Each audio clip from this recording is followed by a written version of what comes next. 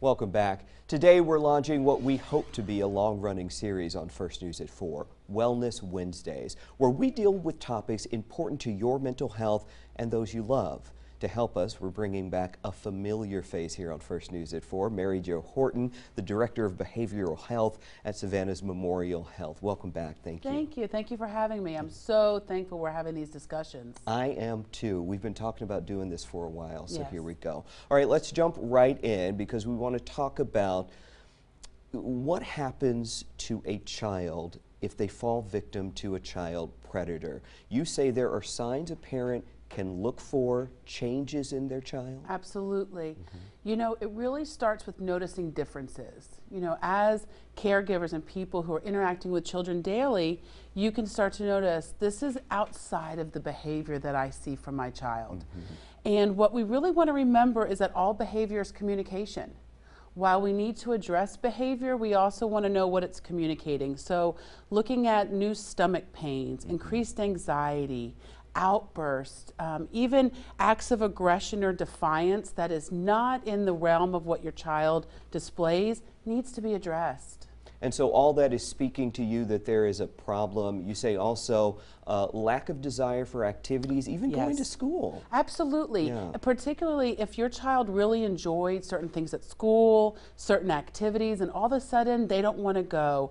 They are starting to say and make up excuses and reasons that doesn't fit.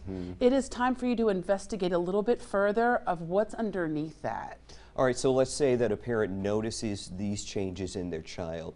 What do you do next? You've got to have communication. We've got to connect through communication. Too often parents are afraid that if they bring up a topic, that it will cause anxiety or will cause distress in their child. What it's doing is actually the opposite. When parents are able to create safe emotional spaces for children and ask them, I'm concerned, I've noticed this. Right? The concern is what's critical because you're communicating that I want to see underneath your behavior. And concern rather than upset. Yes. And why is that so key? So children are very concerned, they can get very fixated on their parent being upset with them, particularly if they are being abused. There's a lot of shame that comes with that, shame that comes with secrets. We want to communicate to children that I'm not upset, it's not about my feelings. I have a sense of love and concern for what I'm seeing. Because being upset can be misinterpreted. Yes. They could think, well, they're upset at me, and really you're upset at that person, the Right. situation, Absolutely. but a child can internalize And we that. don't know what that predator said to that child. Yes. They might have threatened, they might have said your parent will not believe you. You are bad. And so we want to make sure our language dispels that rather than contributes to that. All right, so let's say that you've talked to your child, you confirm that there is abuse going on. What do you do? What steps do you take? I know you say that starts with report it. Yes, Yeah. absolutely. You know, it is very critical that children feel that their caregivers take care of them.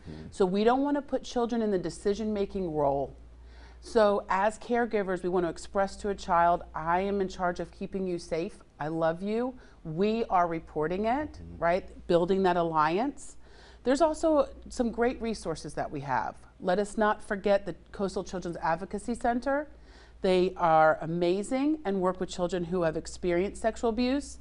And then of course, we've just rolled out in Georgia, 988.